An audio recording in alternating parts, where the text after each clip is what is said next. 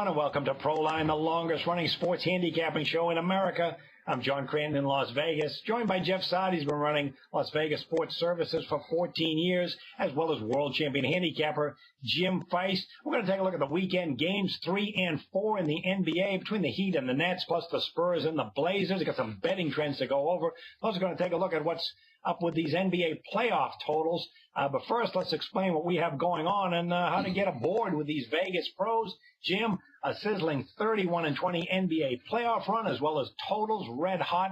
You had another underdog winner in the NHL last night with Anaheim in Game 3. You were perfect 4-0 in baseball, including that Mound mismatch game of the year on the Mariners, and another high roller NBA total winner.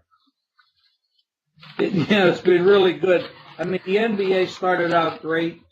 We hit a little flat spot about a week ago, and now we're pumping back up again. We had a big total winner last night, so we're coming back with more games. We've got a lot to talk about here with these games. It's very interesting how round one is different, so different, dramatically different than round two so far. And as far as my best offer right now is you get the rest of the NBA playoffs for $25, including a high roller that's going tonight. And that's a $500 value right here at JimFeist.com. You can get in the winner's circle with me at 1-866-841-1655. It's $25 for the rest of the NBA playoffs. 1-866-841-1655. All right, and Jeff Sod, you continuing to tear it up on the baseball diamond. Best bets are 25-13 in baseball. How can folks get aboard for the rest of May, especially you have going? Yeah, plus they had a big blockbuster play on Wednesday with Seattle. They won an extra inning 6-4 over Oakland. So it's been a tremendous baseball season so far. I'm going to keep it up. You're going to get the rest of May in baseball, plus the NBA playoffs for only $19. Just call WSS at 1-866-575-8916, 1-866-575-8916. The rest of the month in baseball and NBA playoffs, just $19. All right, and Mr. Vegas is enjoying a 12-6 run this week. You want to get aboard for the rest of May? Baseball and NBA special for $15. Just call 1-866-896-1627. All right, guys, we're going to start with our Twitter question of the week. This is how you people out there can get involved. If you want to Twitter a question to Jim Feist or Jeff or anybody on the panel, just go to Twitter at JimFeistSports or Facebook at ProlineTV. If your question is chosen, you'll be thrown into a drawing to get $100 worth of plays from any handicapper of your choice. And the Twitter question for today has to do with totals in the NBA. 38-19 over the total. Why so many overs? Well, Jim, I mean, you had the Spurs over last night, part of and it was 121 points scored in the first half. Is this a question where the odds makers are kind of missing the beat here with the totals, or is it just kind of some statistical oddity? I'm going to go with the oddity. It's an aberration, in my opinion. These teams are not playing the kind of defense that you would expect in the playoffs. When you know your life's on the line every time you go out there, you would expect a little more defense, and these teams are not playing. Now, the question then becomes, are they capable of playing defenses? Are these offenses so good that you just can't slow them down? I sort of think that there's been a little bit of a lackadaisical attitude on the coaching staffs, the players on defense. They're more concerned with scoring points. Maybe that's a generational issue. But I do believe that as we go forward in round two and beyond, we're going to see more totals going under. You're going to see more defense. Now, I noticed that some of the line movements, like for tonight, the games have started to move down in the totals. Now, that, based on the numbers that you just mentioned, 2-1 overs, you wouldn't expect that to happen. But I think the pro bettors, actually feel that this is aberrational. There will be adjustments. Coaching staffs will make adjustments, and the players will start to feel the heat from facing elimination if they don't start playing defense. Yeah, I was trying to find some reasons as to why there was an excess of overs, and part of the reason, at least, might be that you've got quite a few up-tempo attacking offensive teams. I mean, I see the Miami Heat and the San Antonio Spurs as teams that can play any style. You want to slow it down, they're fine, but they got plenty of offensive punch. And then you got other teams that are just all out on offense. We saw the Dallas Mavericks and the Houston Rockets in the first round, very limited on defense, but boy, can they score. The Blazers are still around, and even L.A. Clippers and Oklahoma City Thunder are just so dynamite on offense. And I thought that maybe some of the teams that prefer to slow the pace down and grind it out and go under the total teams like that, maybe because they got knocked out early, such as Memphis and Chicago, that has contributed to this. But then I took a look at the Chicago Bulls in that first round series against Washington, 4-1 over the total, and Memphis against Oklahoma City was 5-2 over the total. So I would agree with you, Jim. It's more of probably some statistical anomaly than anything else.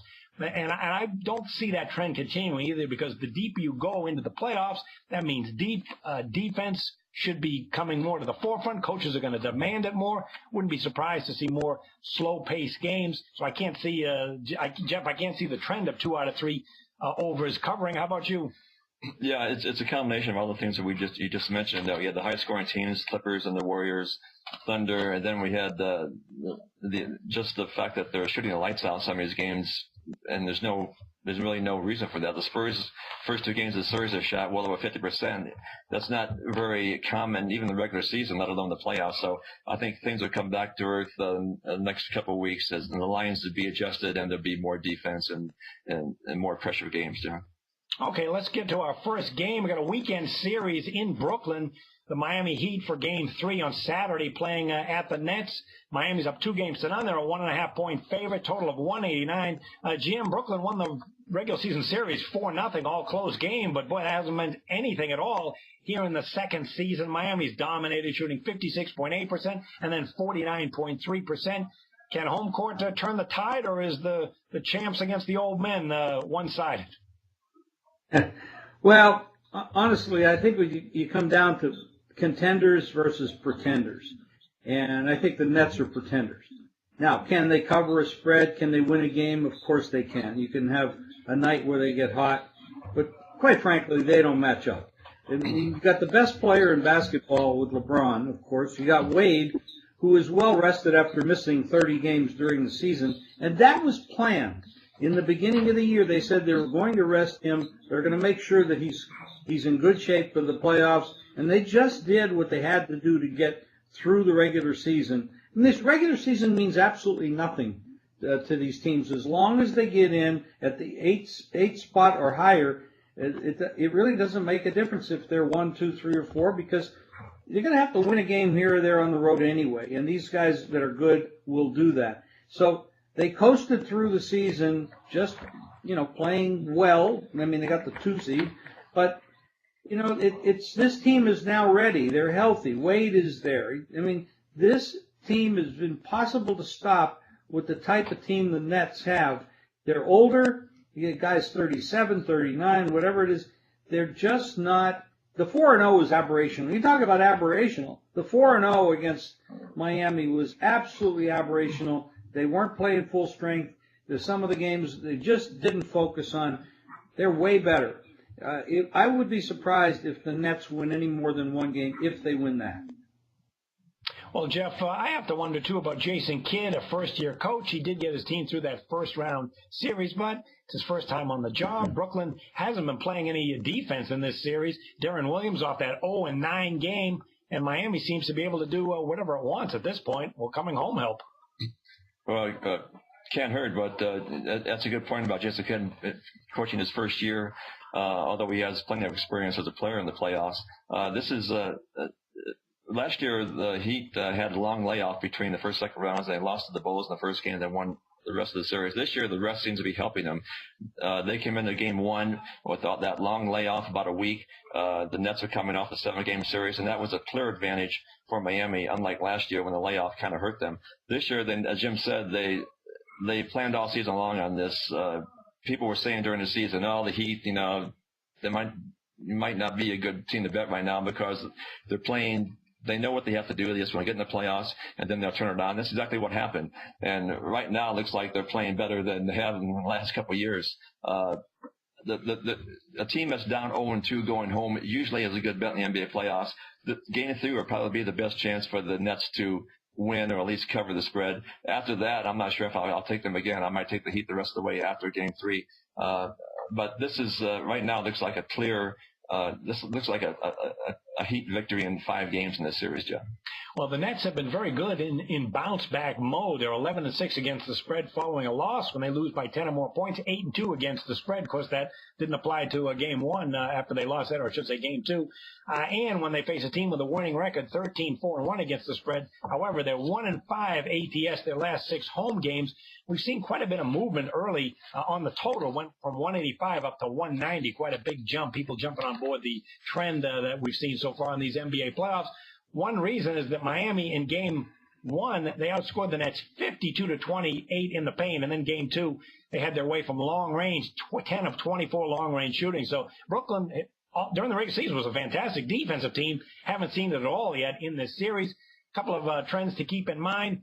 The home team is 8-3 against the spread when these teams meet, and the over when they play here in New Jersey or Brooklyn, 27-1 over the total. But also the Heat are 11-5 against the spread the last 16 meetings in New Jersey.